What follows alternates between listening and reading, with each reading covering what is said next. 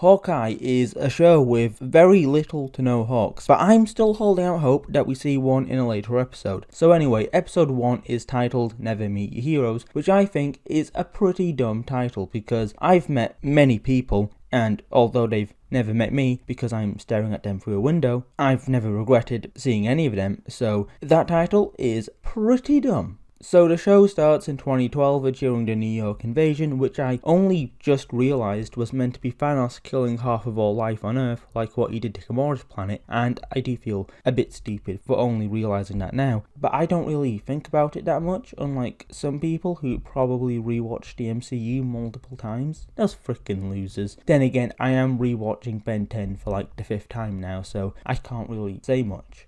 Actually, yeah, I can, because at least Ben 10's better.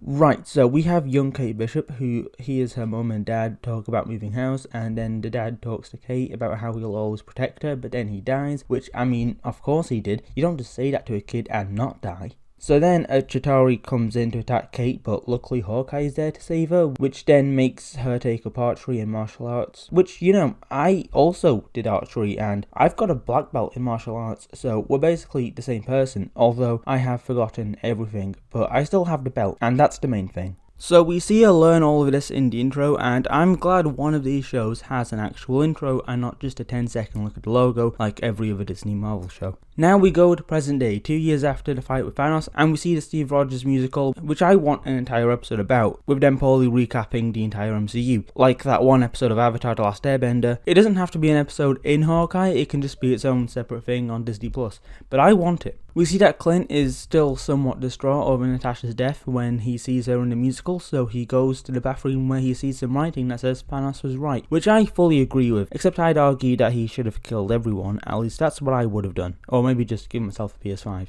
Kate breaks a clock tower, and then we find out that her and her mum are pretty rich, so why doesn't she not just give her money to the poor instead of beating them up? Damn, she's just as bad as Batman. We then find out that her mum is engaged with someone who has a sword collection, which will in no way be relevant later on. They both go to a charity ball where Kate finds a black market auction where they're selling dinosaur skulls and the Ronin outfit plus the sword which came with it. I don't know how they got their hands on it, but they never got to sell it because the tracksuit mafia blew a hole in the wall. They didn't have to since they were already inside, but they wanted to make an impression, I guess. Now, I've never read the Matt Fraction run of comics, which this series seems to be taking the most inspiration from, but I'm going to assume that these guys work for Vilgax, since they're after a watch, which I'm guessing is the Omnitrix. During the chaos, Kate steals the Ronin outfit and wears it to fight the Mafia, and also saves a dog who keeps winking. Does he keep telling jokes which end with him winking to let you know it's a joke? I don't know, but he keeps doing it, and it's driving me insane. Kate then breaks into her mum's fiance's uncle's house, who she finds to be dead from a sword-like injury. She then runs away, so she doesn't get seen near the body, only to then be attacked by the Mafia, and is then saved by Clint, who wants the Ronin outfit back. And that was episode 1. Pretty good start to the series. Now this would be the end of the video, but they released a second episode along with the first one, so let's move on to that. Episode 2's got no intro, just the logo, which is a shame. You know when Daredevil comes back, it's going to be an intro just like that, and I'm fine with it because the Daredevil intro isn't good. It's one of the few shows where I'm waiting for the skip intro to show up because I want to skip that thing as soon as possible. So the episode is titled Hide and Seek and is about Clint trying to make sure nobody finds Kate because he's made a lot of enemies as Ronin in New York and other places. So look at that, Clint isn't racist, he didn't just attack Asian people. Or maybe he just attacked Asian people inside of New York, who knows.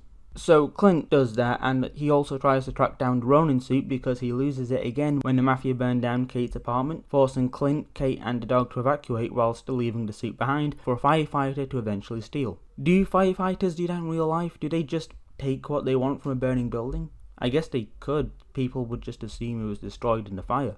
So Clint goes to a LARPing event to get his suit back, but whilst all that was happening, Kate figures out that her stepdad is the one who killed his uncle because he offers her a Werther's original, which were at his uncle's house, so without the help of the Werther's original, she'd never have figured out that he was behind his death. She also puts her hands in her pockets, which is a subtle Easter egg to her comic costume, which has no pockets. Like literally, they removed the part where the pockets are meant to be. Okay, it's probably not an Easter egg, but now I can put that in the title if I wanted to. Probably won't, but I could. Clint calls his family, telling them he's going to be home late because he's going to intentionally get himself captured by the mafia, which he does. Then Kate, who's unaware of the plan, goes to save him, and then they both get tied up to some toys. Episode ends with the reveal of Echo, who's going to get her own series at some point, and that's the end of the episode. So Hawkeye is starting off pretty strong, but then again, all the Marvel Disney Plus shows start good and then they end, and nobody likes them anymore. Unless you're What If, which wasn't good from the beginning, but we don't need to talk about that show.